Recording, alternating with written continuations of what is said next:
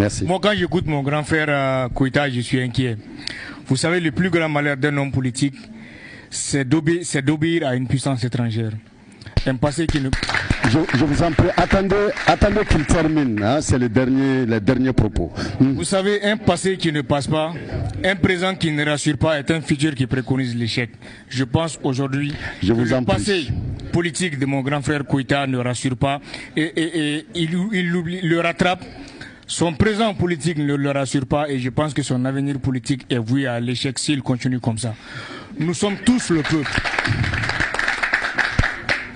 Nous l'avons dit, nous n'avons pas été animés par une volonté d'aller aux élections. Ce n'est pas une volonté d'aller aux élections qui nous a mis dans la rue, mais c'est parce que nous avons aspiré à un changement profond, un changement sur le plan sécuritaire, sur le plan sanitaire, sur le plan du système éducatif et sur le plan de la gouvernance. Voilà ce que nous avons demandé. Et aujourd'hui, tenez-vous bien, l'évasion fiscale, nous avons mis fin à cela parce que oui, l'évasion fiscale, ça se faisait au Mali. Et je sais que ça fait peur à beaucoup de gens. C'est pourquoi aujourd'hui, les gens ne veulent pas la Russie de cette transition parce que là où ils ont échoué, c'est là-bas nous avons réussi. Ils ont dit attention les jeunes, attendez votre tour. Mais aujourd'hui ces jeunes militaires nous ont fait confiance. Moi je suis jeune aujourd'hui. C'est pourquoi du haut de cette salle je demande à toute la jeunesse malienne de s'aligner derrière les autorités de la transition, de les aider parce que le président m'a fait confiance en tant que jeune. Moi aussi j'ai confiance à cette jeunesse et c'est cette jeunesse qui peut aujourd'hui porter ce pays-là. Nos aînés.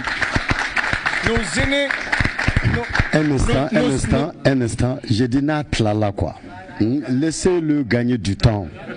On y va. Nos aînés ont eu leur temps pour gouverner ce pays. Et aujourd'hui, on ne demande pas de les mettre de côté, mais on demande qu'ils soient sages, qu'ils nous accompagnent, qu'ils essayent de fédérer leur expérience à notre énergie. L'énergie que nous avons, l'énergie qui nous anime. Cette énergie qui nous permet de terrasser en longueur de journée nos adversaires. Et cette énergie, nous l'incarnons avec une énergie. Et chaque jour que Dieu fait, nous nous réveillons avec cette énergie qui nous permet de terrasser le plus puissant des adversaires de la République du Mali. Qui est l'adversaire soit de côté, de l'intérieur ou de l'extérieur, nous sommes prêts à les terrasser et c'est ce que nous faisons à longueur de journée.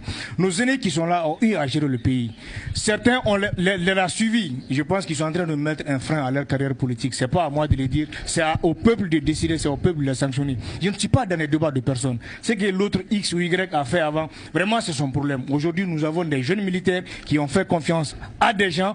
Ils les ont mis au travail. Je pense que le résultat est là. C'est sur le résultat que nous devons être jugés. Le bilan sur le plan de la santé, tenez-vous bien, dans nos hôpitaux, les CHU Gabriel Touré ou Pongé, il n'y avait même pas de scanner. Un scanner pour un pays comme le Mali. Plus de 60 ans d'existence. Mais quand nous sommes venus, nous avons doté nos hôpitaux de scanners. Des appareils de dialyse. Nous n'avons pas d'appareils de dialyse. C'est le minimum pour un État. Mais ce minimum, on ne l'avait pas hier. Mais nous avons fait ce minimum. Mais aujourd'hui, tellement que c'est fait, ils sont là, les gens peuvent vaguer et tranquillement à leur occupation dans certains contrées, dans certaines localités de notre pays. Les gens se disent que mais quand on fait le ratio de la gouvernance passée aux 18 mois ou aux 17 mois de transition que nous avons vu, nous sommes fiers, nous le resterons à vie parce que nous avons fait du progrès, nous avons fait quelque chose de bien pour le pays.